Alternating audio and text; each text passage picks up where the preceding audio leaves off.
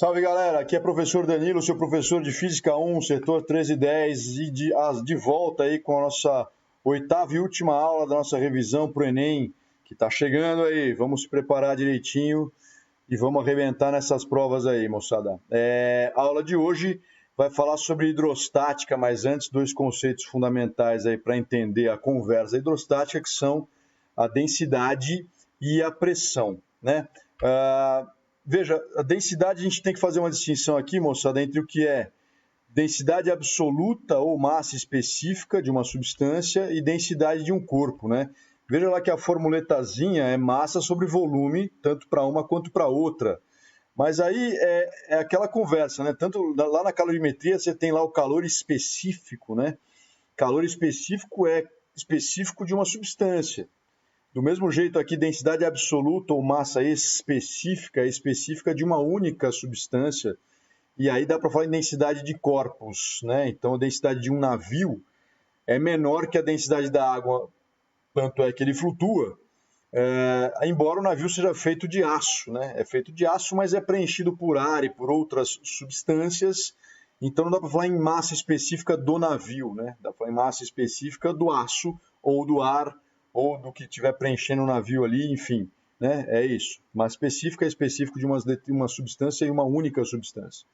Densidade serve para os corpos que são compostos por mais de uma, tá? Essa aqui é a ideia. De qualquer maneira, moçada, a gente está sempre fazendo aí um cálculo da massa dividido pelo volume. O conceito em si, né, fala do quão concentrada a massa está no volume que o corpo ou a substância ocupam, né?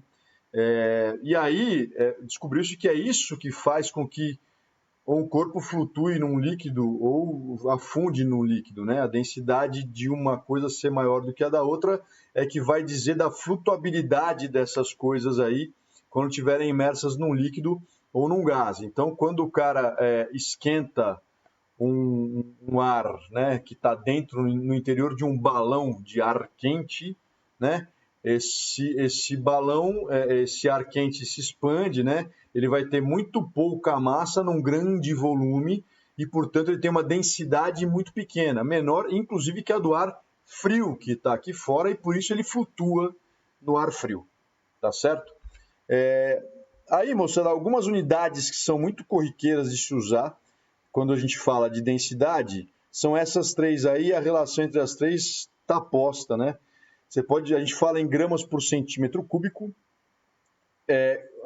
a conversão de gramas por centímetro cúbico para quilograma por litro é 1 para 1, porque 1 litro tem 1.000 centímetros cúbicos, né?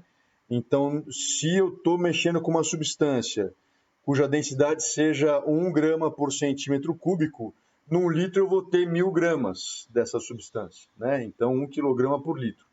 E aí, como metro cúbico são 1.000 litros, né? 1.000 quilogramas por metro cúbico. Enfim, a conversão é essa aí, 1 para 1 para 1.000, quando eu falo de grama por centímetro cúbico, quilograma por litro e quilograma por metro cúbico, respectivamente. Tudo bem? Questão do Enem. O pó de café jogado no lixo caseiro e principalmente as grandes quantidades descartadas em bares e restaurantes poderão se transformar em uma nova opção de matéria-prima para a produção do biodiesel, segundo estudo da Universidade de Nevada, nos Estados Unidos. No mundo, são cerca de 8 bilhões de quilogramas de pó de café jogados no lixo todo ano. O estudo mostra que o café descartado tem 15% de óleo, o qual pode ser convertido em biodiesel pelo processo tradicional. Além de reduzir significativamente emissões prejudiciais, após a extração do óleo, o pó de café é ideal como produto fertilizante para jardim.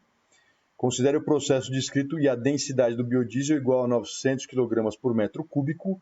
A partir da quantidade de pó de café jogada no lixo por ano, a produção do biodiesel seria equivalente a quantos litros? Ele quer o volume de biodiesel produzido nessa conversa toda aí. Então, olha só, moçada, os dados estão recuperados aí, os dados pertinentes, né? Se a quantidade total é 8 bilhões de quilogramas de pó de café e desses 8 bilhões, 15% em massa é óleo, né? Eu tenho ali, então, 1,2 bilhões de quilogramas de óleo, né? 8 vezes 0,15, tá? E agora já tenho a massa, já tenho a densidade, que é 900 kg por metro cúbico, quero saber o volume, né? Densidade é massa sobre volume. O volume que eu quero, então, é igual, calculável por expressão massa sobre a densidade, que é igual a 1,2 vezes 10 a nona, né? 1.000, milhão, bilhão, dividido por 900, 9 vezes 10 a segunda, ou 0,9 vezes 10 a terceira, né? Vou preferir o 0,9 vezes 10 a terceira, 1,2 vezes 10 a nona, dividido por 0,9 vezes 10 a terceira. Aqui a conta, né, moçada, não é de toda rebuscada, assim, 0,9 com 0,2 dá 4 terços, 4 sobre 3, e 10 a nona dividido por 10 a terceira, mantém a base, subtrai os expoentes, né, 9 menos 3 fica 10 a sexta, lá em cima. Né? 4 terços vezes 10 a sexta, 4 terços é 1,333333, né, dízima. O volume está dando 1,33333 vezes 10 a sexta. 1,333 vezes 10 a sexta, né, moçada? Só por curiosidade, 1,33333 mais 3, vírgula, né? 1.333.333, o quê? Metros cúbicos, né? Não ia dar muito erro, né, moçada, na hora de achar a alternativa correta, mas a alternativa está dando bilhão. Onde é que nós erramos? Nós não erramos, né? A gente achou a resposta em metro cúbico. E um metro cúbico tem 1.000 litros, né? Então, 1 milhão de metros cúbicos corresponde a 1 bilhão de litros, tá? Alternativa C. Tranquilo? Olha só, mais um do Enem, hein? O Enem gosta do assunto. Os densímetros instalados nas bombas de combustível permitem averiguar se a quantidade de água presente no álcool hidratado está dentro das especificações determinadas pela Agência Nacional do Petróleo. O volume máximo permitido de água no álcool é de 4,9%. A densidade da água e do álcool anidro são 1 grama por centímetro cúbico e 0,8 gramas por centímetro cúbico, respectivamente. Eu tenho já as densidades da água e do álcool e eu tenho a porcentagem em volume, né, da água no álcool. Então, olha só, moçada, esse exercício ele não precisaria da resolução numérica, algébrica, se a gente percebesse o seguinte, né, como a porcentagem de água no álcool é muito pequena, 5%, né, contra 95%, a densidade da mistura vai ser muito perto, muito próxima da densidade do álcool puro. A densidade do álcool puro é 0,8, a única densidade próxima disso e acima disso, né, é 0,81, alternativa B. Já sabemos, já dá para imaginar, dá para entender que a alternativa correta será a alternativa B. Professor, eu não quero pensar nisso. Cara, assim, eu entendo que se você tiver essa argumentação aí, mas também concorde comigo que começar a tentar desenvolver esse tipo de raciocínio lógico te ajudaria bastante, né? Veja, a economia de tempo, você vai ver, eu vou resolver agora algebricamente e a coisa vai tomar um certo tempinho aí. A habilidade algébrica que eu vou usar aqui também me interessa, tá, moçada? Porque é uma habilidade algébrica de lidar com as letrinhas, né? É aquela conversa de fazer conta sem fazer a conta, só trocando as letrinhas de lugar, organizandinho, que é uma coisa, moçada, que não depende de nada além de uma organização minimamente impecável aí da sua parte, tá? Veja, vamos lá por partes. Dados do enunciado. Ele me falou que o volume da água é 4,9%, ou seja, 0,049 do volume V total. E o volume do álcool é igual ao resto, né? 0,951 do volume total, para dar o 100%. Ele me deu essa proporção dos volumes e me deu as densidades. E que é a densidade da mistura. A densidade da mistura vai ser a massa da mistura, que é a massa de água mais a massa do álcool sobre o volume da mistura, que é o volume da água mais o volume do álcool, ou, se quiser, o volume V total, como eu chamei lá em cima, V. Né? De qualquer forma, as massas ainda não sei dizer. Como é que eu chego na massa dessa história? Bom, densidade, moçada, é massa sobre volume. Então, a massa é igual a densidade vezes volume. Né? Vou trocar as massas pela expressão densidade vezes volume ali, tudo bem?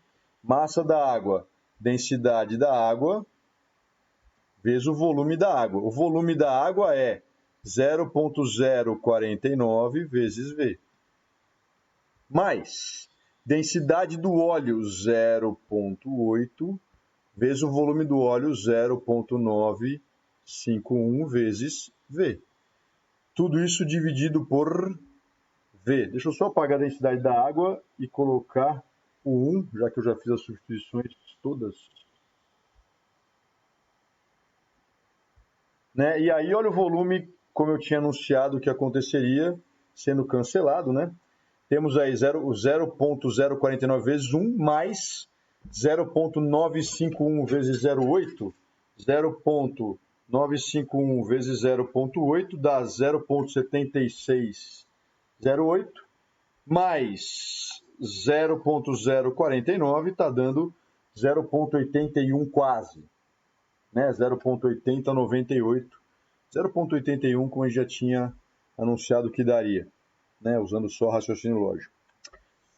Segundo conceito da aula de hoje, moçada, os conceitos de pressão, né? Pressão é força sobre área. É um pouco análogo à densidade, né? Que é o quanto que a massa está concentrada em um determinado volume. A pressão fala para nós o quanto que a força está concentrada numa certa área, na área em que está aplicada, né? Fala da concentração da força numa área. Essa concentração é importante porque é a partir dela que se determinam alguns efeitos dessa força. Né? Os efeitos da força não dependem única e exclusivamente do valor da força. Também depende do quanto essa força está concentrada. Às vezes forças muito pequenas, mas muito concentradas, conseguem resultados interessantes. Né?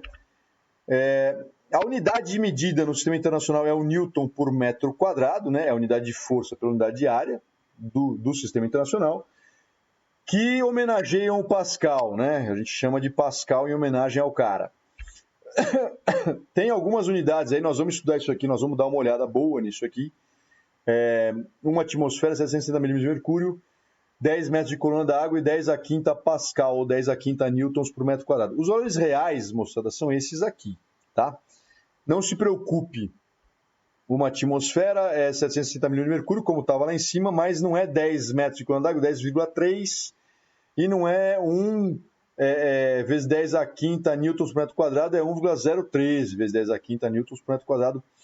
Não se preocupe com esses desarredondamentos aí. Os arredondamentos são totalmente aceitáveis e empregados largamente aí nos vestibulares, tá? Qual é a importância do conceito de pressão? Bom, veja aqui, né, mostrado uma grandíssima tecnologia desenvolvida pensando nesse conceito da pressão. Você dá uma martelada na cabeça do prego, essa força é integralmente transferida via prego até a parede do outro lado lá. É a mesma força. Mas, porque essa força que você aplicou está espalhada numa área muito maior do que a área que está em contato com a parede, ou melhor, porque essa força que está atuando sobre a parede está atuando de maneira muito concentrada, numa área muito pequena, né? Você fura a parede com essa força aí que você aplicou no prego, tá? A pressão lá na ponta é muito maior. Aí tem a conversa da cama de pregos. Isso aqui, moçada, é um charlatanismo, né? Porque por mais que você esteja deitado em cima de pregos, são vários pregos, né? E a área é suficiente para não te causar lesão nenhuma, né? Você está apoiado, né? Teu corpo fica apoiado, o corpo do faquir, né? Fica apoiado numa área suficientemente grande aí, né? Quero ver o cara deitar em um só.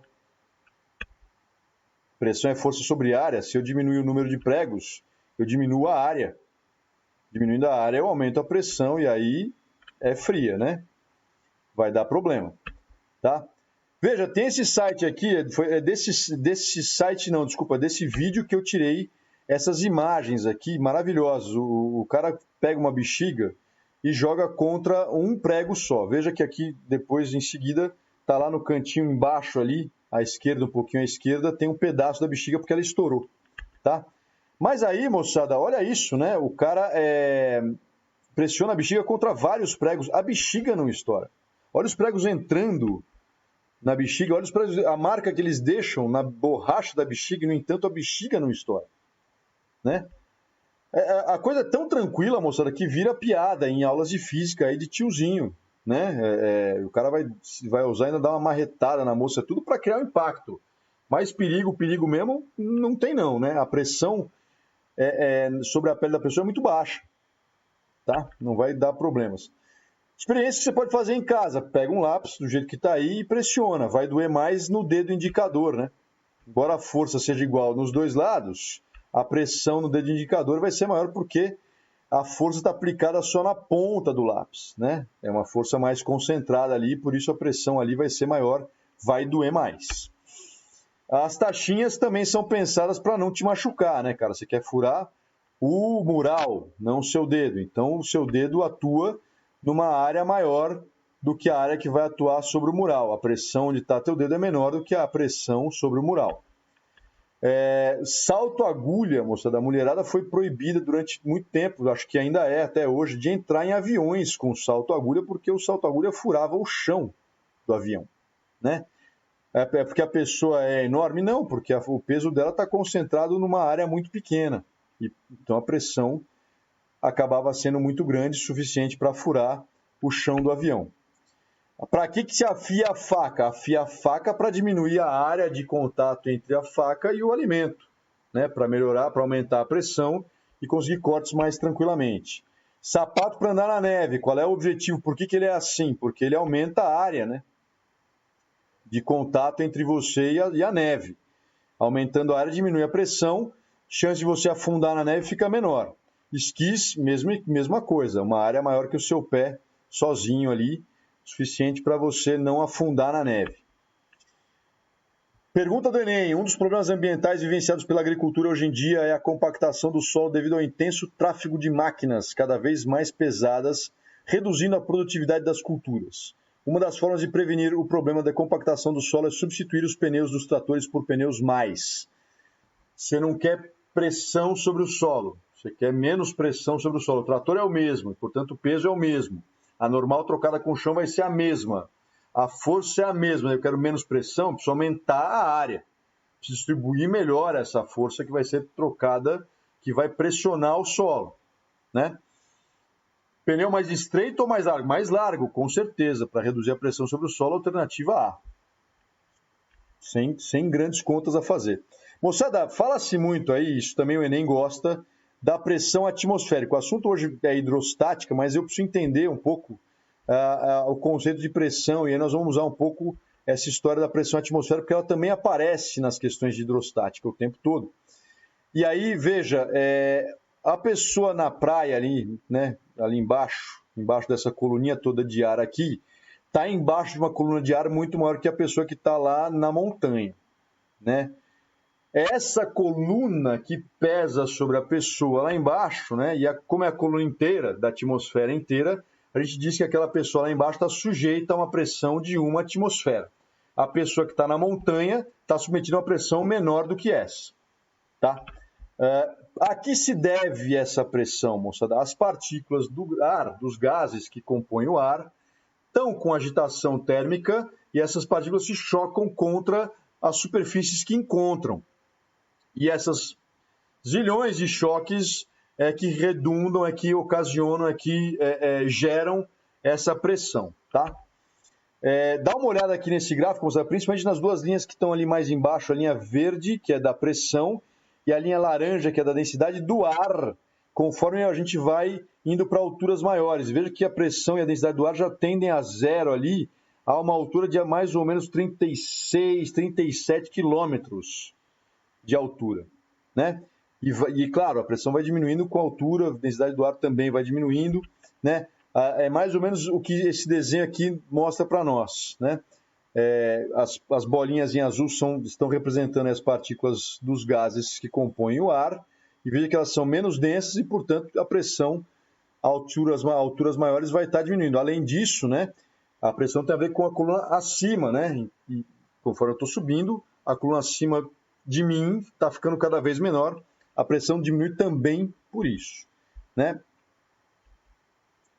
Olha o GIF aqui, mais ou menos mostrando a diferença dessas partículas agindo sobre quem está no nível do mar e alguém que esteja aí a uma altitude tipo a da montanha, né? Ar menos denso, menos pressão atuando sobre a pessoa. Vamos lá, povo, olha essa questão do Enem aqui.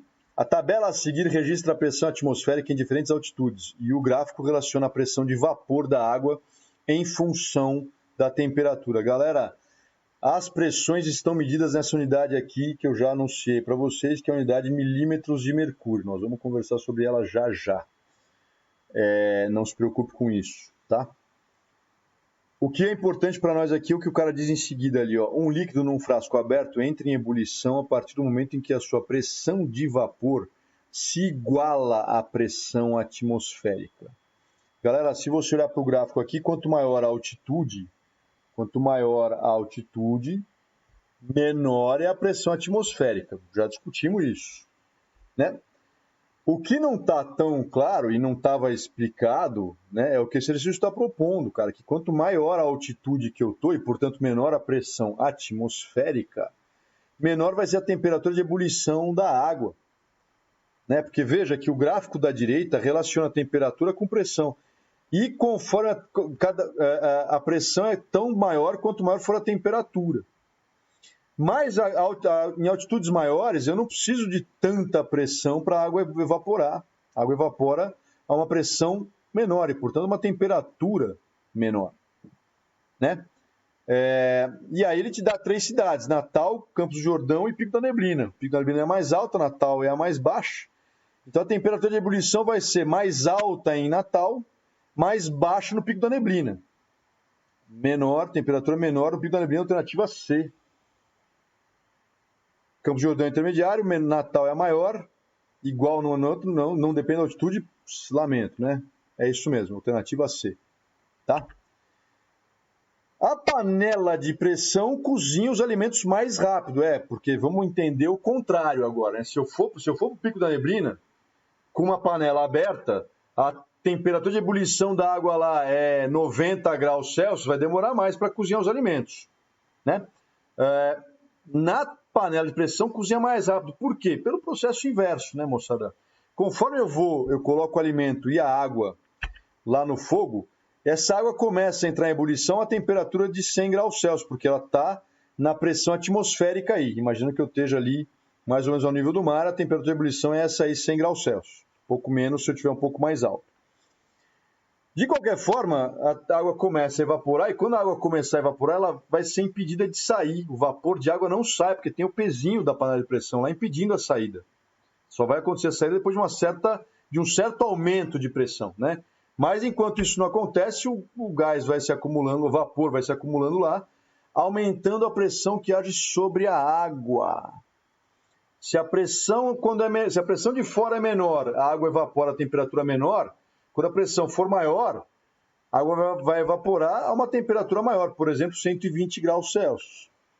A uma temperatura maior, o alimento vai cozinhar mais rápido. Tá certo? Olha essa questão do Enem, também falando de panela de pressão. Permite que os alimentos sejam cozidos em água muito mais rapidamente do que as panelas convencionais. Sua tampa possui uma borracha de vedação que não deixa o vapor escapar, a não ser através de um orifício central sobre o qual se assenta um peso que controla a pressão. Quando em uso, desenvolve-se uma pressão elevada no seu interior. Para sua operação segura, é necessário observar a limpeza do orifício central e a existência de uma válvula de segurança, normalmente situada na tampa. O esquema da panela de pressão e um diagrama de fase da água são representados abaixo. A vantagem do uso da panela de pressão é a rapidez para o cozimento de alimentos. Isto se deve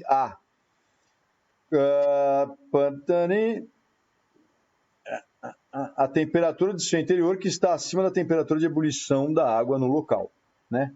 A água atinge temperaturas maiores que a temperatura de ebulição normal do local e é isso que vai fazer os alimentos cozinharem mais rápido, tá certo? Sob pressão normal, ao nível do mar, a água entra em ebulição a temperatura de 100 graus Celsius. Tendo por base essa afirmação, um garoto residente em uma cidade litorânea faz a seguinte experiência. Moçada, eu fiz essa experiência para te mostrar. Vamos para o vídeo e a gente já volta em seguida para eu te explicar o que está acontecendo, tá bom? Vai lá. Bom, galera, então eu vou fazer a experiência aqui contando com água morna e a seringa, né? A água, você pode ver, não está fervendo nem nada, inclusive eu estou segurando o copo com a mão sem proteção nenhuma. Eu vou colocar um pouco de água aqui dentro, né? Dá uma olhada. Deixa eu só tirar um pouquinho. E aí eu vou puxar, vou tampar o bico da seringa e vou puxar esse êmbolo de modo que esse ar que está aqui em contato com a seringa vai se expandir, né? E, portanto, a pressão que ele exerce sobre a água vai diminuir. A consequência, dá uma olhada, é a água fervendo aí à mesma temperatura que ela estava antes, tá certo? Não esquentou nada, não recebeu calor, só diminuiu a pressão em cima dela. Beleza? Aí você vê, ó. Soltei, quer ver? Eu vou fazer a seguinte experiência aqui. Tá fervendo, vou tirar o dedo lá de cima. Na hora ela para de ferver, né? Quer ver de novo?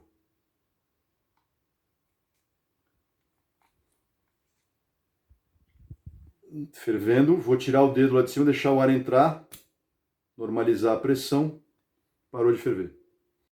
Bom, tá aí, galera. Então, fizemos a experiência e vimos o que? A água entra em ebulição sem ter aumentado de temperatura, sem ter variado a temperatura, sem receber calor, nada. O que aconteceu foi só que a barreira atmosférica ficou mais tênue, né? E aí a temperatura de ebulição da água naquela atmosfera com uma pressão menor passa a ser uma temperatura menor. Mesmo uma temperatura menor, a água consegue entrar em ebulição, né? Alternativa D de dado ali, né? Proporciona uma queda de pressão no interior da seringa, o que diminui o ponto de ebulição da água, tá bom? Bom, moçada, de novo comparando aí os dois caras, o que está na praia com o que está na montanha, tô te dizendo que a pressão sobre o cara que está lá na praia é 10 a quinta newtons por metro quadrado. 10 a quinta newtons por metro quadrado, moçada, pressupõe o seguinte, numa mesinha, se tiver uma mesinha lá na praia, na farofa ali, de 1 metro por 1 metro, ou seja, uma mesinha cuja área superior é 1 metro quadrado, essa informação está nos dizendo que pesa sobre essa mesa 10 a quinta newtons. 10 a quinta newtons, moçada. Lembrando que peso é igual a m vezes g, 10 a quinta newtons é o peso de 10 a quarta quilogramas, ou 10 toneladas. E eu não vejo que a mesinha aguente 10 toneladas. 10 toneladas é o peso de 2 elefantes dos grandes, né?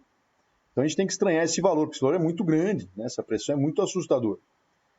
Por que a mesinha, por exemplo, não quebra, né? Se tem lá os 2 elefantes atuando sobre ela?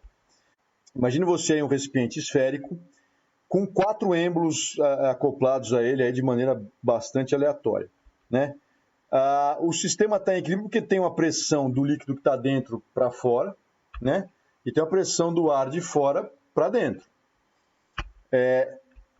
Se eu empurro o êmbolo da direita ali, por exemplo, eu vou pressionar, eu vou comprimir o líquido que está internamente ali no recipiente, de modo que a pressão interna aumenta. Qual dos êmbolos vai expandir para a pressão voltar ao normal? Os 3, né? Os 3 que sobram ali que eu não estou segurando. Isso quer dizer o quê, moçada? Que a pressão aumentou para tudo quanto foi lado. A pressão atua em todas as direções e sentidos, né? E conforme o aumento, houve de novo a expansão, o aumento do volume de novo, a pressão volta a ficar igual à pressão externa. Pressão é uma grandeza escalar, inclusive por causa disso, povo. Não dá para você dizer para onde a pressão é. A pressão não tem direção e estilo definidos, tá? Então vale lembrar aí que pressão é uma grandeza escalar. Bom, dito isso, moçada, por que a mesa não arrebenta? A mesa não arrebenta porque eu tenho 2 elefantes de cima para baixo, mas também tem partícula embaixo, né? 2 elefantes fazendo força de baixo para cima, né? E aí rola um equilíbrio entre essas forças, aí a mesa fica de boa. O cara que descobriu, que entendeu isso melhor, moçada, e fez essa experiência aqui que está representada nesse desenho, foi o Otto von Guericke, que fez a experiência dos hemisférios de Magdeburgo. Os hemisférios de Magdeburgo, hemisférios, 2 semisférios de cobre, salvo engano, que ele encostava um no outro com uma vedação de couro ali para deixar bem vedadinho, bonitinho, e ele evacuava o interior dos hemisférios. Colocou 8 cavalos de cada lado, moçada, e não conseguiu separar os hemisférios um do outro. O que está acontecendo? Aqui o hemisfério original lá, está no museu guardadinho lá na Europa. A Europa guarda, né, sua memória. O que aconteceu na experiência do Otto von Guericke, né? Ele junta os 2 hemisférios, a pressão atmosférica atua de fora para dentro, mas também tem ar lá dentro atuando de dentro para fora, né? As pressões estão igualadas ali. Só que o Otto von Guericke tirou o ar de dentro, né? Não é um vácuo absoluto, vamos combinar, né? Então a pressão não zera igual está representada aí, mas essa é a ideia, né?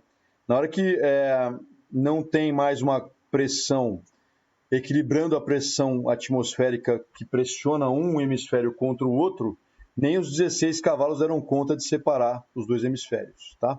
Dá para fazer essa experiência em casa, hein, moçada? Mas faz num lugar que possa molhar, tá? Porque às vezes ela não dá certo e a água cai no chão. Enche um copo d'água, bota uma cartolina na tampa dele ali, vira de ponta cabeça e tira a mão. A cartolina segura a água. A cartolina escambau, né? Quem está segurando é a pressão atmosférica atuando sobre a cartolina, mas quem está segurando não é a cartolina, é a pressão atmosférica. Como é que funciona a história do canudo, né, moça? A gente fala umas bobagens, né? Quando eu boto um canudo dentro de um refrigerante, a pressão interna e externa, a pressão dentro do canudo e fora do canudo é a mesma, mesmo porque é o mesmo ar, estão em contato direto ali, as pressões estão igualadas. Aí vem a gente aqui e suga o ar de dentro do canudo. Quando a gente suga o ar de dentro do canudo, a pressão interna diminui. E aí a pressão externa ganha, né? A pressão empurra o líquido para baixo, ele sobe pelo canudo. Agora que a pressão no canudo está menor e, portanto, perdendo da pressão externa. Tá? Olha só, isso aqui você também já ouviu falar, né? Isso aqui é o esfigmomanômetro, é como você tira a pressão lá quando vai no médico, né? Hoje tem os digitais mais moderninhos e tal, mas o antigão é mais legal.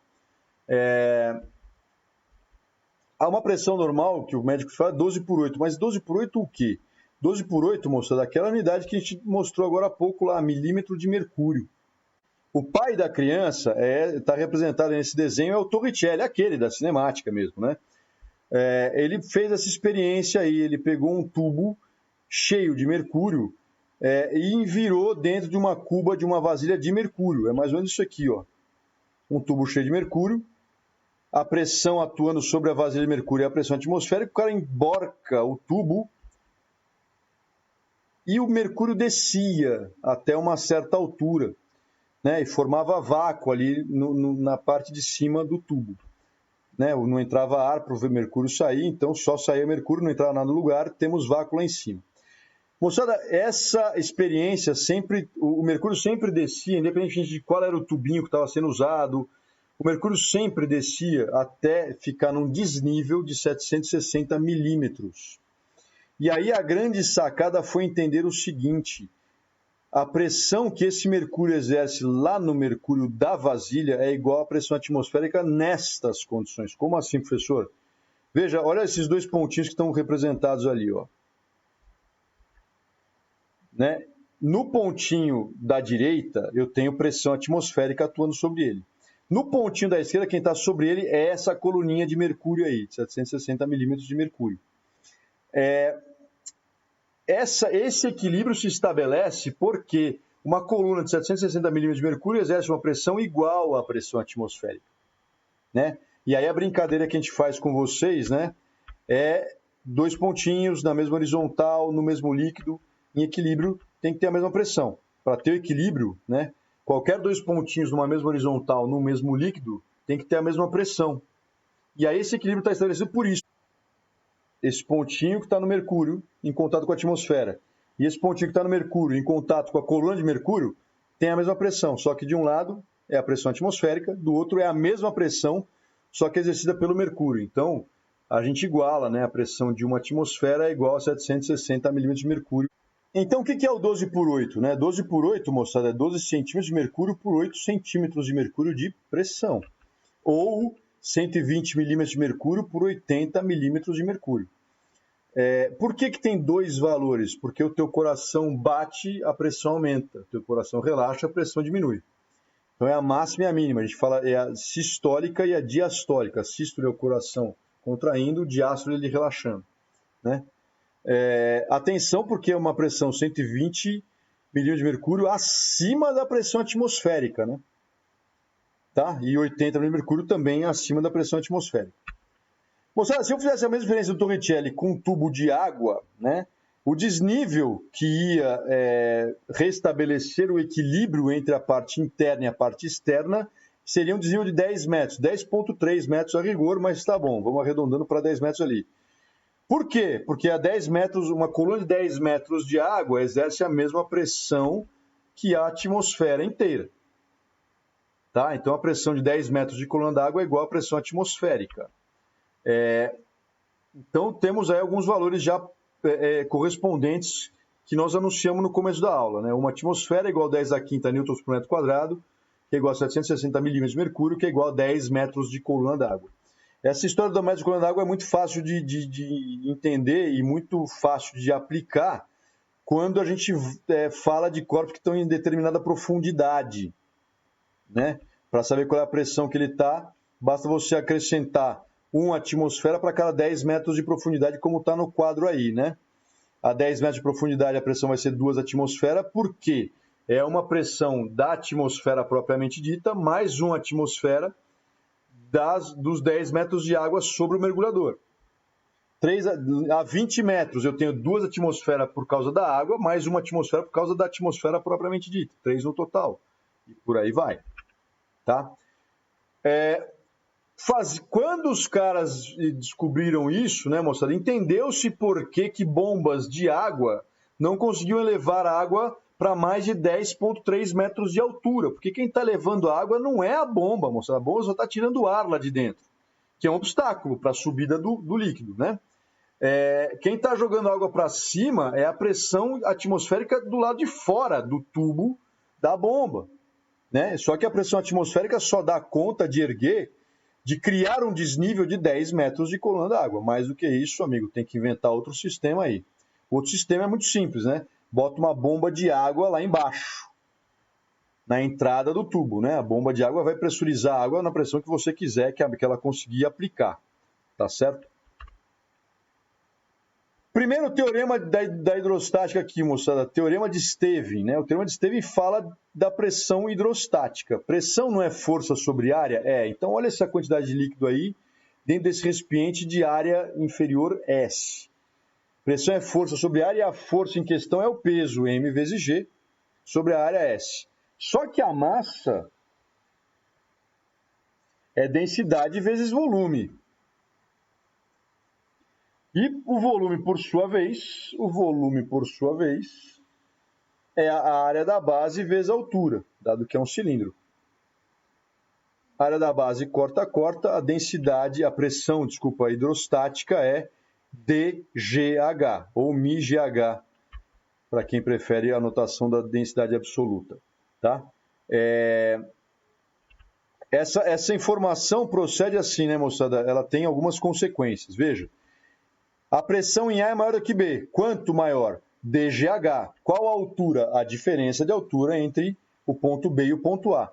Sobre o ponto A, moçada, pesa uma quantidade de água, uma coluna de água que está sobre A, mas está sob B. E, portanto, não pesa sobre B, porque está sob B. Né?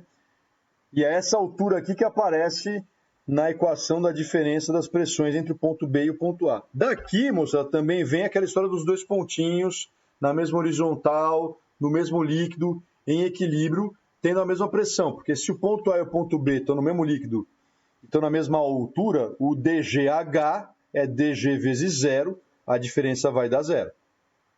tá?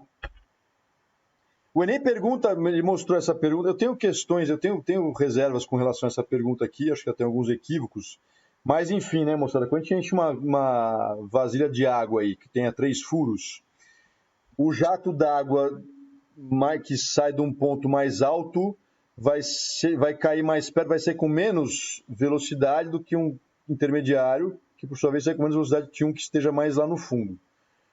Por que isso? Porque a pressão numa profundidade menor é menor do que a pressão numa profundidade maior. Né? O líquido lá embaixo está sob uma pressão maior e, portanto, vai ser expulso, vai ser ejetado a uma maior pressão e, portanto, vai parar mais longe, tá? Aí o Enem também pergunta o seguinte, moçada, o manual que acompanha uma ducha higiênica informa que a pressão mínima da água para o seu funcionamento aproximado é 20 kPa. A figura mostra a instalação hidráulica com caixa d'água, o cano ao qual deve ser conectada a ducha. Moçada, a ducha vai estar conectada neste ponto aqui. O Enem pergunta o valor da pressão da água na ducha, o DGH. Está associado a qual altura aí das que estão representadas no desenho, né? Moçada, o DGH, a gente começa a contar o DGH do líquido a partir da superfície do líquido. Então, o começo é ou de H3 ou de H5. E aí vai contar até onde esse DGH é a diferença de altura, né? Entre o ponto zero ali, onde a gente começa a afundar no líquido, e o ponto onde eu estou medindo a pressão. No caso da ducha higiênica estar com a saída naquela altura, é nessa altura aqui, né? A altura, o desnível, né, moçada, entre onde está a saída da ducha higiênica e a altura da água ali em contato com a atmosfera é o H3, tá? Moçada, vasos comunicantes, né, que é o que está colocado aí, é uma teoria que exige aquela história dos 2 pontinhos na mesma horizontal, no mesmo líquido, em equilíbrio, para a gente trabalhar. Repara o seguinte, né, se fosse um líquido só, a altura nas 2 aberturas do tubo seria a mesma. Como é possível ter um desnível ali? Cara, o desnível ali vem em função de você colocar um líquido mais ou menos denso em um dos lados, né? Entenda, vou partir do teorema de Stevens. Olha só, dá uma olhadinha aqui, ó. 2 pontinhos na mesma horizontal eu tenho aqui e aqui. 2 pontinhos na mesma horizontal, no mesmo líquido, em equilíbrio, né? A pressão nos 2 pontos é a mesma. A pressão, que eu vou chamar aqui de P2, é igual a P1. Mas dá uma olhadinha em P2. P2 é igual a P1. Tá, P2 é igual a P1. 2 pontinhos na mesma horizontal, beleza, aceito. A que se deve a pressão em P2? A pressão em P2 é a pressão atmosférica, que eu já tenho lá em cima, antes de entrar no líquido, tem uma pressão atmosférica, o tubo está aberto, mais a pressão devido ao líquido 2.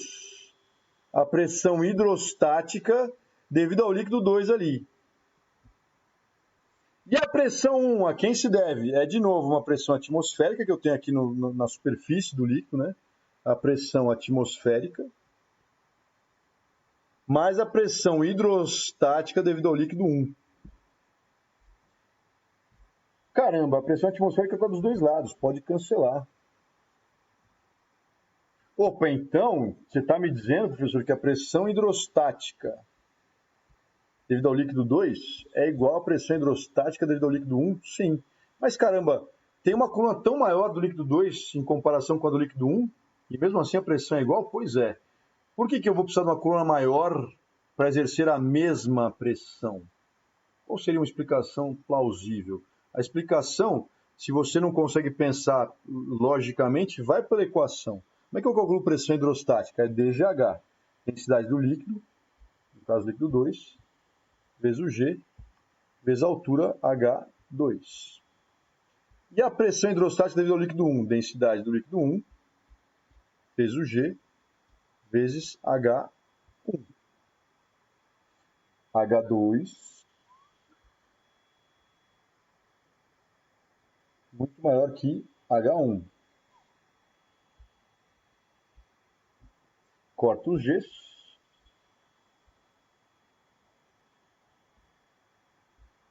Densidade vezes altura, 2, igual a densidade 1 vezes altura, 1. A altura 2 é muito maior. Ou seja, a densidade 2 tem que ser muito menor. A figura a seguir mostra um tubo em U aberto em ambas as extremidades, contendo água e óleo. Com base nos dados da figura, determine o valor de H.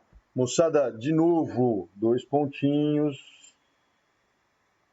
na mesma horizontal, no mesmo líquido, em equilíbrio, tem a mesma pressão. O pontinho bom é aquele pontinho na separação dos líquidos ali, né? Veja que eu vou achar aqui, fazendo as continhas, galera, eu vou achar uma altura de coluna de água que está fazendo uma pressão igual àquela coluna de óleo de 10 centímetros ali, né? Esse Hzinho da água que vai aparecer nas equações não é a resposta do exercício. O exercício que é a altura total. Eu vou ter que juntar, ó, os 5 centímetros que estão ali, ó, aqueles 5 centímetros que estão ali, que estão aqui também, né? Mais a altura de água para cima disso, tá? A pressão atmosférica mais a pressão hidrostática por causa do óleo, de um lado, é igual a pressão atmosférica mais a pressão hidrostática por conta da água acima dos 2 pontinhos ali. Como a pressão atmosférica está dos dois lados, eu já vou desencanar dela, porque eu cancelaria de qualquer maneira. Então, a pressão devido ao óleo, aquela coluna de 10 centímetros de óleo do lado esquerdo, vai ser igual a pressão devido à água. Qual água? Essa alturinha que eu selecionei ali, esta alturinha aqui de água, né? Que está acima daquele pontinho do par dos 2 pontinhos na mesma horizontal, blá, blá, blá. Pressão do óleo, dGH, densidade do óleo 0,8 vezes o G, vezes a altura que é 10 centímetros. Pressão da água, 1 de densidade, G, vezes a altura Hzinho. O G corta, pode cortar, né? Descubro que a altura da água é 8 centímetros. Insisto, não é a resposta, né, moçada? A resposta é 8 mais 5, tá? 13 centímetros, portanto. Mais um princípio aqui, moçada. O princípio de Pascal, que diz o seguinte, ó, já conversamos sobre ele, né? Se eu aumento a pressão num certo ponto do líquido, essa pressão esse aumento de pressão vai se distribuir pelo líquido como um todo, né? Para tudo quanto é lado. E aí a pressão sobre as paredes do recipiente também deve aumentar, tá? Uma consequência disso, moçada, são sistemas hidráulicos que a gente tem aí na direção do carro, no freio do carro, elevadores de carros, enfim. Carros gostam do sistema, né? Engenharia automobilística gosta muito de sistema hidráulico. Qual é a proposta? A proposta é a seguinte, povo. Se eu aplico uma força F1 num êmbolo que está aí fazendo parte de um sistema hidráulico, né? Eu vou promover um aumento de pressão aqui do lado direito, do lado esquerdo, desculpa, que vai ser transmitido integralmente para todos os pontos do líquido. Então, essa pressão vai surgir ali do outro lado.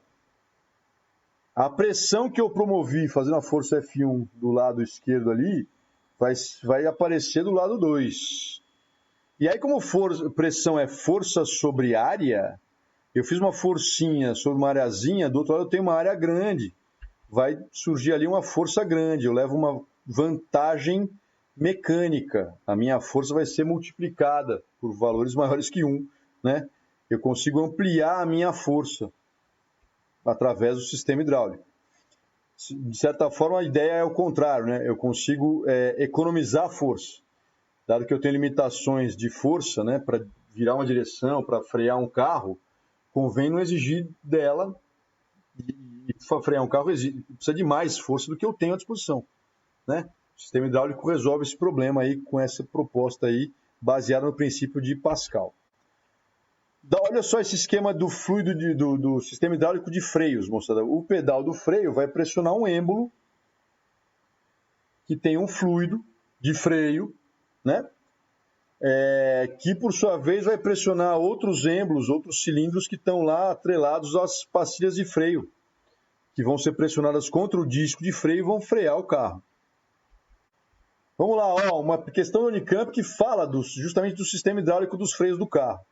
A figura abaixo mostra de forma simplificada o sistema de freios a disco de um automóvel.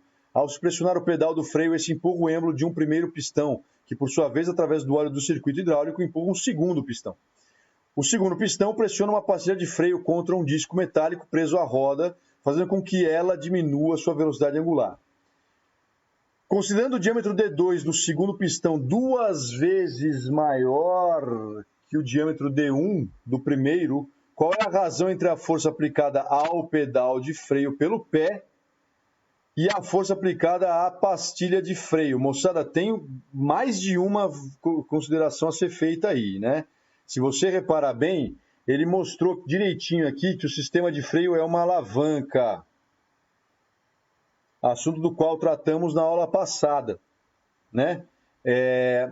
Então eu tenho lá um braço potente de 24 centímetros e um braço resistente de só 4, 6 vezes menor. Então só daqui eu já ganhei uma força 6F, né? Eu fiz uma força F e a força que vai atuar lá no cilindro mestre é uma força 6F. Dito isso, né, moçada, lá no cilindro da roda, o diâmetro e, portanto, a área... o diâmetro é 2 vezes maior, portanto, a área é 4 vezes maior, o que vai me permitir um ganho de 4 vezes a força. 6F vezes 4, 24 vezes a força aplicada, né? Eu vou ter um ganho de 24 vezes na força que eu apliquei ali no pedal do freio. A Unicamp não tinha considerado a ideia da alavanca na questão, perdeu a chance, né? Tinha considerado só a diferença entre as áreas dos pistões, estava falando só de hidrostática, literalmente, né? Então estava esperando uma resposta D igual a 4 vezes só de aumento, né? Mas repara, né, moçada, que de fato, assim, aumentar a nossa força do nosso pé só 4 vezes para frear um carro é pouco, né? Concorda comigo? Moçada, o último assunto nosso aqui é o teorema de Arquimedes, que fala do empuxo. Empuxo é o que explica para nós aí essa figura, né? O cara pega uma pedra lá embaixo e acha leve, quando tira da água, de repente fica pesado. Essa diferença no peso aparente tem a ver com uma ajuda que a água nos dá para erguer corpos que estão mergulhados nela. Para entender isso, pensa o seguinte, imagina uma porção de líquido dentro de um líquido. É o mesmo líquido. A gente está fazendo uma separação imaginária aqui, tá? Não tem nenhum recipiente, não tem nada ali dentro separando um líquido do outro. É uma porção do líquido dentro do líquido. Essa porção do líquido tem um peso. E esse líquido está em equilíbrio, de modo que deve haver uma força equilibrando esse peso. Essa força tem a ver com a diferença das pressões do líquido de fora em cima, de cima para baixo, e do mesmo líquido de fora embaixo. De baixo para cima. A pressão embaixo é maior que em cima. E dessa diferença das pressões embaixo e em cima é que surge essa força que chama empuxo. Tá? Se eu mudo o corpo, se eu tiro dali líquido e boto um corpo no lugar, o líquido em volta não vai mudar, moçada. Então, o empuxo que esse líquido em volta aplica nesse corpo que eu coloquei vai continuar sendo igual ao peso do líquido que eu tirei de lá. A gente diz que o empuxo é igual ao peso do líquido deslocado pelo corpo. Para entrar no lugar do líquido, precisa tirar líquido. Para entrar lá, né? E aí, moçada, esse corpo vai afundar ou flutuar, dependendo do peso dele ser maior do que o peso do líquido que ele deslocou, ou menor, né? De qualquer maneira, a intensidade do empuxo é igual ao peso do líquido deslocado pelo corpo, que está sob a ação do empuxo ali, tá?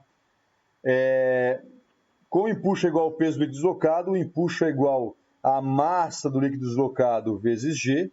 Massa é densidade vezes volume, né? Então, empuxo é igual a dVg. Qual D, qual V, qual G? O G é a gravidade do local, tudo certo. Densidade do líquido e o volume de líquido deslocado, né? O volume que o corpo tirou do lugar para entrar no lugar daquele líquido. Arquimedes, o filósofo grego, nasceu em Siracusa. Foi talvez o primeiro cientista experimental de que se tem notícia. Construiu armas defensivas importantes para sua cidade natal, que, periodicamente, era invadida pelos romanos. É sobre Arquimedes, uma das mais curiosas histórias sobre a resolução de um problema. Ele se encontrava no banho, pensando no problema, ao perceber que teria encontrado a solução. Saiu nu pelas ruas gritando: Eureka, Eureka, achei, achei. Deve-se a Arquimedes o conhecimento de que todo o corpo imerso num fluido sofre a ação de uma força feita pelo fluido, denominado empuxo, de direção vertical e sentido para cima, cujo módulo é igual ao peso do fluido deslocado. Uma esfera encontra-se submersa em água. Infinitos são os pontos de contato da água com a esfera. A representação da força que a água exerce sobre a esfera em apenas 8 pontos de contato está corretamente desenhada na alternativa C de casa. Moçada, repara, né? É isso. A força de baixo para cima é maior que a força de cima para baixo, porque a pressão embaixo é maior. Tá? Moçada, se o corpo não está totalmente imerso, se o corpo flutua no líquido, o empuxo tem a ver com o peso do líquido deslocado, né? E aí a gente precisa entender algumas coisas. Primeiro, se o corpo está em equilíbrio ali, é porque o empuxo é igual ao peso do corpo também, né? E aí a massa do corpo vezes G é igual à massa do líquido deslocado vezes G. A massa do corpo é igual à massa do líquido que esse corpo deslocou quando entrou lá no lugar, tá? Então veja, tirei o corpo de lá, a cavidade que se forma no instante, instantaneamente, quando o corpo é desintegrado daquele lugar, é uma cavidade onde cabe uma quantidade de água que tem a mesma massa do corpo que ali estava até esse instante, né? Veja, é o seguinte, né? O Titanic lá, sei lá, 15 toneladas, não, bem mais do que isso, vai. 150 toneladas de navio, né? Tá flutuando no líquido. Se eu tiro o Titanic, a cavidade, né? O local que o Titanic estava ocupando no lugar da água, ali caberá uma quantidade de água que tem a mesma massa do Titanic, tá? É isso, né? O empuxo é igual ao peso do Titanic, porque está equilibrando o peso do Titanic, e o empuxo é igual ao peso do líquido deslocado. Então, o líquido deslocado vai ter a mesma massa do Titanic, tá? Indo além, como o peso do corpo é igual ao empuxo, a massa do corpo é igual à massa do líquido deslocado, né? dVg, densidade do corpo, volume do corpo vezes G, veja, eu só fiz aqui trocar a massa do corpo pela densidade vezes volume do corpo, né? É igual a massa do líquido deslocado vezes G. Massa do líquido deslocado é a densidade do líquido vezes o volume do líquido deslocado. Os G's corta a corta. Densidade do corpo vezes volume do corpo é igual a densidade do líquido vezes volume do líquido deslocado. Então eu tenho uma relação entre as densidades, moçada, que é igual à relação dos volumes inversa, né? A fração do corpo que fica imersa é a densidade do corpo pela densidade do líquido. Então, se a densidade do corpo é 90% da densidade do líquido, 90% do corpo vai ficar imerso, 10% fica emerso, fica para fora. E essa relação também é igual ao volume do líquido deslocado sobre o volume do corpo. Né? O volume do líquido deslocado é 90% do volume total do corpo, tanto é que 10% do volume do corpo fica para fora. Tudo bem? Indo além, né, moçada? Lembrando aqui da história do Titanic, né, o iceberg lá onde o Titanic bateu tinha uma quantidade muito maior de gelo abaixo do nível do mar. Porque a densidade do gelo, moçada, é 0,92. 0,92. Enquanto a densidade da água com sal, né, 1,05 pode ser. A quantidade de gelo que vai ficar para fora, o volume total do iceberg que fica para fora, é 0,92 dividido por 1,05, está dando 0,876, né? 87,6% está imerso e 12,4% só é que ficam do lado de fora, tá? Ficam imersos, tá bom? Vamos lá, VUNESP. Duas esferas A e B, maciças e de mesmo volume, são totalmente imersas num líquido e mantidas em repouso pelos fios mostrados na figura. Quando os fios são cortados, a esfera A desce até o fundo do recipiente, a esfera B sobe até a superfície, onde passa a flutuar. Bom, moçada, entendi. A esfera A é mais densa que o líquido, a esfera B é menos densa. Sendo PA e PB os módulos das forças de peso de A e de B, e EA e EB os módulos das forças de empuxo que o líquido exerce sobre as esferas quando elas estão totalmente imersas, é correto afirmar que, moçada, tem uma informação fundamental no começo da pergunta. As duas esferas têm o mesmo volume. Se estão totalmente imersas, estão deslocando o volume de líquido igual ao volume delas. Então, empuxo, que é igual ao peso desse volume de líquido deslocado, vai ser igual para as duas. Tá? Então, EA é igual a EB. Temos aí a alternativa A ou E para escolher, portanto. A esfera A, né, moçada, tem um peso maior que o empuxo que é aplicado nela. Então, se o peso dela é maior que o empuxo, tanto que ela vai para o fundo depois que corta a corda. E o empuxo sobre A é igual ao empuxo de B. E por conta disso, B flutua quando eu corto, é porque o peso de B é menor que esse empuxo aí, né? Por isso que ele flutua e A afunda. Então, o peso de A é maior que o peso de B, alternativa E. VUNESP, a maioria dos peixes ósseos possui uma estrutura chamada vesícula gasosa ou bexiga natatória, que tem a função de ajudar na flutuação do peixe. Um desses peixes está em repouso na água, com a força-peso aplicada pela terra e o empuxo exercido pela água, equilibrando-se, como mostra a figura 1. Desprezando a força exercida pelo movimento das nadadeiras, considere que, ao aumentar o volume ocupado pelos gases da bexiga natatória, sem que a massa do peixe varie significativamente, o volume do corpo do peixe também aumenta. Bora, moçada. Se o volume do corpo do peixe aumenta o volume de líquido que o peixe desloca, né? E, portanto, vai aumentar o empuxo. É o que está dizendo aí. O modo de empuxo supera o da força-peso e o peixe sobe, figura 2.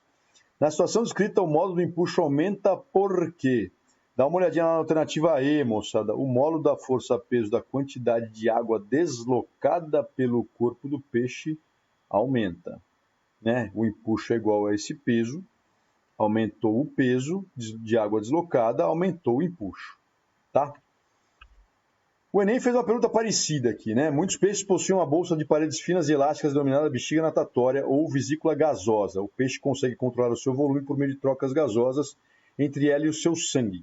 Assinale a alternativa que explica corretamente o papel desse interessante órgão sob o ponto de vista hidrostático. Veja, moçada, o peixe não precisa desse, esse sistema não é baseado... o peixe quer subir, ele estufa, o peixe quer afundar, ele desestufa, né? Ele encolhe.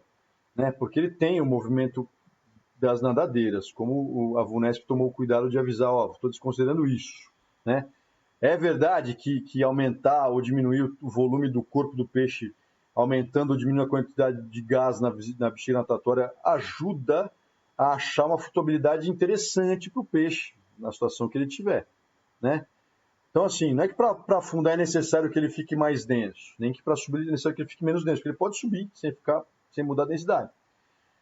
A alternativa C que vai dizer o seguinte: para permanecer imóvel a certa profundidade, sem nadar, imóvel, o peixe deve ser tão denso quanto a água na qual está imerso. Assim, sempre que uma maior pressão hidrostática tende a comprimir o peixe, tornando-o mais denso, a bexiga expande-se para compensar essa tendência. Trata-se, portanto, de um órgão que não está vinculado ao movimento do peixe, mas sim ao seu equilíbrio hidrostático. Perfeito. FUVEST, através de um fio que passa por uma roldana, um bloco metálico erguido do interior de um recipiente contendo água, conforme ilustra a figura ao lado. O bloco erguido e retirado completamente da água, com velocidade constante. O gráfico que melhor representa a tração T no fio em função do tempo é... Galera, é entender o seguinte, enquanto o corpo está imerso na água, eu tenho peso vertical para baixo, tração e empuxo igualando o peso verticais para cima. Né? Então, a tração vai ter o mesmo valor e até o corpo começar a sair da água. Quando começa a sair da água, diminui o volume do corpo que está imerso, diminui o volume de líquido deslocado, diminui o empuxo.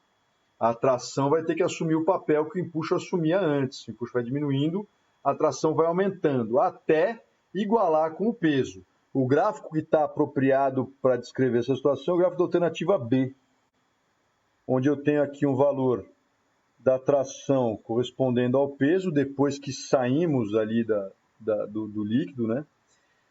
E aí um valor mais baixo da tração, né? Quando o empuxo ainda estava ajudando antes de sair do líquido. Enem, em um experimento realizado para determinar a densidade da água de um lago, foram utilizados alguns materiais conforme ilustrado. Dinamômetro D, com a graduação de 0 até 50 newtons e um cubo maciço homogêneo de 10 centímetros de aresta e 3 kg e, portanto, 30 newtons de massa, de 3 kg de massa, portanto, 30 newtons de peso, desculpa.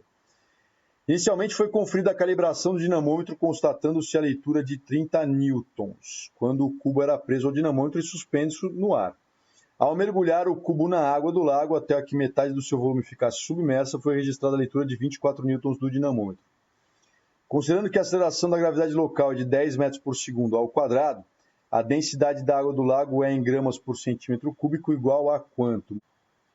Vamos entender o seguinte, moçada, a diferença entre o que o dinamômetro marcava antes e o que o dinamômetro marca depois é o empuxo. Então, empuxo é igual a 6 newtons.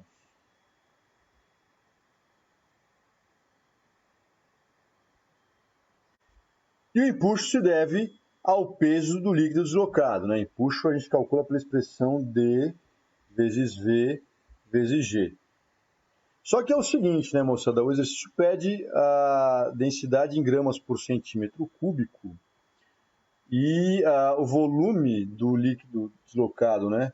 É o volume de metade do cubo, ou seja, é um volume de 10 por 10 por 5 centímetros, ou seja, 500 centímetros cúbicos. Só que eu não posso calcular o DVG com a densidade em gramas por centímetro cúbico e o volume em centímetro cúbico. Porque vai sobrar um gramas ali que não vai concordar, né, com os 6 newtons que está do lado direito, né? Os 6 newtons que está do lado direito, por outro lado, pode ser tratado como M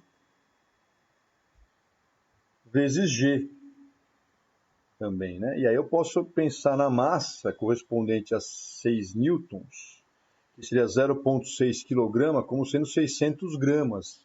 Corto os Gs e igualo essa equação a 600 gramas. Aí dá grama de um lado, grama do outro.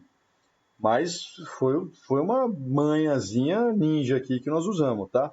A densidade é o que eu estou procurando e o volume é 500. 600 dividido por 500, 1,2, alternativa B de bola. Mais uma do Enem aqui, moçada. Um brinquedo chamado Ludião consiste em um pequeno frasco de vidro parcialmente preenchido com água, que é emborcado, virado com a boca para baixo, dentro de uma garrafa PET, cheia de água e tampada. Nessa situação, o frasco fica com a parte superior da garrafa, conforme mostra a figura 1. Quando a garrafa é pressionada, o frasco se desloca para baixo, como mostrado na figura 2. Ao apertar a garrafa, o movimento de descida do frasco ocorre por quê? Deixa eu explicar para vocês por que ocorre, moçada. É porque é igual o do submarino. Submarino, para emergir ou para submergir, ele tem dentro dele, né, separado da tripulação, claro, um reservatório destinado para água, né? E ligado a um tubo de ar comprimido que expulsa a água quando quiser emergir, ou que permite a entrada da água, né? Libera o ar e permite a entrada da água quando quer submergir, quando quer ficar mais denso e submergir, né? O Ludião, moçada, o que acontece com o Ludião é o seguinte, você tem lá um conta-gotas, pode ser, né? Funciona com conta-gotas, e o conta-gotas está lá com alguma quantidade de água dentro do tubo e uma quantidade de ar também dentro do tubo. Quando você pressiona a garrafa, você vai aumentar a pressão no interior de toda a garrafa, né? Inclusive líquido, gás, enfim. E o que acontece é que o Ludião, o conta-gota ali, vai ficar, o ar vai ser comprimido, né? A quantidade de água dentro do Ludião vai aumentar, igual no submarino, e ele afunda por conta disso, né? Olhando para a pergunta do Enem, né? Ao apertar a garrafa, o movimento de descida do frasco ocorre porque aumenta a quantidade de água que fica dentro do frasco. Tá certo? Repara essa foto, moçada. Algo estranho? Tem sim, a moça de sapato dentro da água. Não, não é disso que eu estou falando. A flutuabilidade dessa mulher nessa água está muito estranha, né? Ela está muito para fora da água, né? Inclusive está lendo o jornal, cabeça para fora, perna para fora. Quer dizer, uma situação normal, a gente não consegue pôr tanto do nosso corpo para fora da água do mar, por exemplo. Aqui essa mulher aí tirou essa foto no Mar Morto, né, moçada? Lá no Oriente Médio. E a ideia o Mar Morto é um mar composto por água muito, muito, muito salgada. E se eu aumento a quantidade de sal no líquido, eu aumento a densidade desse líquido. Então, a tendência é as coisas flutuarem mais, dado que o líquido é mais denso, né? Olha essa pergunta aqui, por exemplo. As duas figuras abaixo ilustram o mesmo navio em duas situações diferentes. Admitindo que a única diferença entre as figuras seja a quantidade de carga transportada pelo navio, qual das duas situações ilustra um navio com mais carga? A da direita, dado que ele está mais fundo, ou seja, ele precisou deslocar uma quantidade maior de líquido para que o empuxo desse líquido equilibrasse o seu peso. O peso é maior, precisa do empuxo maior. Portanto, precisa deslocar mais líquido. Fica mais afundadinho. Admitindo que a única diferença entre as figuras sejam as águas, a água salgada em uma dos desenhos e água doce na outra, indique qual a situação descrita, qual a situação está relacionada com cada tipo de água. Se o navio está desta forma aqui na água doce e eu taco o sal adoidado na água, né? A maior densidade da água vai exigir que ele desloque uma quantidade de líquido menor para conseguir se equilibrar. Ele vai flutuar mais na água salgada do que na água doce. Então, essa aqui é da água salgada. Esse aqui é o da água doce. Beleza, moçada? A aula de hidrostática era essa, tá? Espero que vocês tenham aproveitado, espero que vocês tenham gostado demais dessa revisão que nós fizemos para o Enem. Espero que te ajude bastante aí a conseguir bons resultados nessa prova, tá? Foi um prazer, boa sorte, vai lá, arrebenta, conquista a tua vaga, vai que é tua. Beijos e até mais.